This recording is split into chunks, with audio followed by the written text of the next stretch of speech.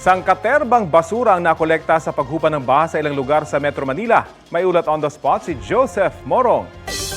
Joseph! Rafi, mga pagbaha naman ang tinututukan ng Metro Manila Development Authority o MMDA, lalo pat na patuloy pa rin tayo nakakaranas ng pag-ulan. At kung nagugulat daw ang publiko sa mga biglang pagbaha sa mga kalsada at iba pang mga lugar, ay mas magulat daw tayo sa dami ng mga basurang nakokolekta na dahilan ng mga pagbaha. Sa Tripa de Galina Pumping Station sa Pasay pa, Rafi, ay sari-sari mga basura ang nasasala doon.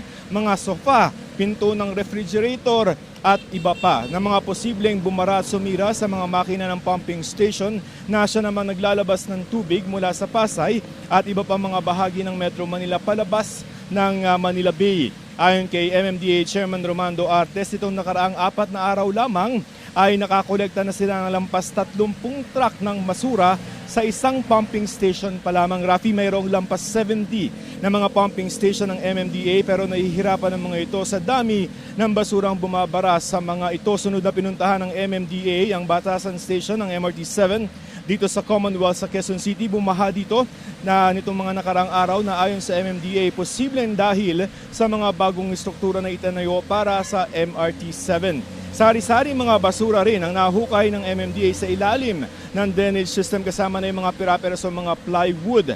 Ayon sa MMDA, posibleng nababarahan ng ilang poste ng MRT ang drainage. Tugon naman ng SMC Infrastructure ay aayusin nila ito. Narito ang pahayag ni MMDA Chairman Romando Artes at ng contractor ng SMC Infrastructure.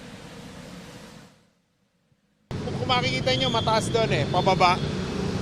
Pababa dito ang tubig. So kailangan i-intercept para makalabas papunta doon sa creek doon. Ang commitment ng SMC, whether or not silang nakaharang, tutulong sila sa paggawa. Sinasabi nila, we are the one to source yung clogging doon. Kaya lang, we need to check first.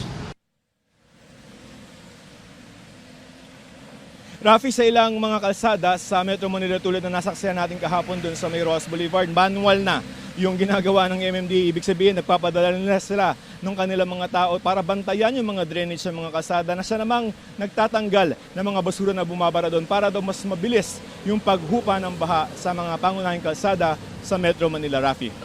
Joseph, yung mga lalaking bagay na nasala doon sa pumping station, ang assumption ba rito, matagal lang nasa mga ilog yung mga yon at inanod na lang nung nagkaroon ng malalakas na pag-ulan at hindi yung nakuha sa mga drainage operation ng MMDA?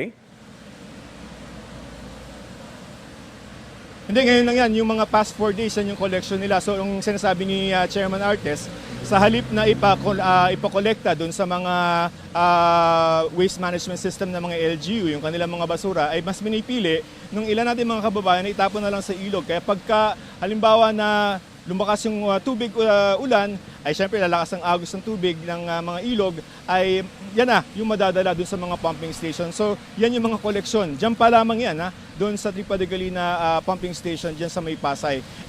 Hinintay pa rin natin yung datos kung ilang truck doon sa lahat ng 71 na mga pumping stations ng MMDA yung nakolekta nila so far. Kasi yan yung isa sa mga itinuturong dahilan kung bakit tayo bigla ang mga may pagbaha sa Metro Manila tuwing may umuulan. Rafi. So mga bagong basura pala ito, Joseph, bagay na pwedeng mapigilan kung ang ating mga kababayan lamang ay may disiplina at sa pagtatapon ng basura. Maraming salamat sa iyo, Joseph Morong.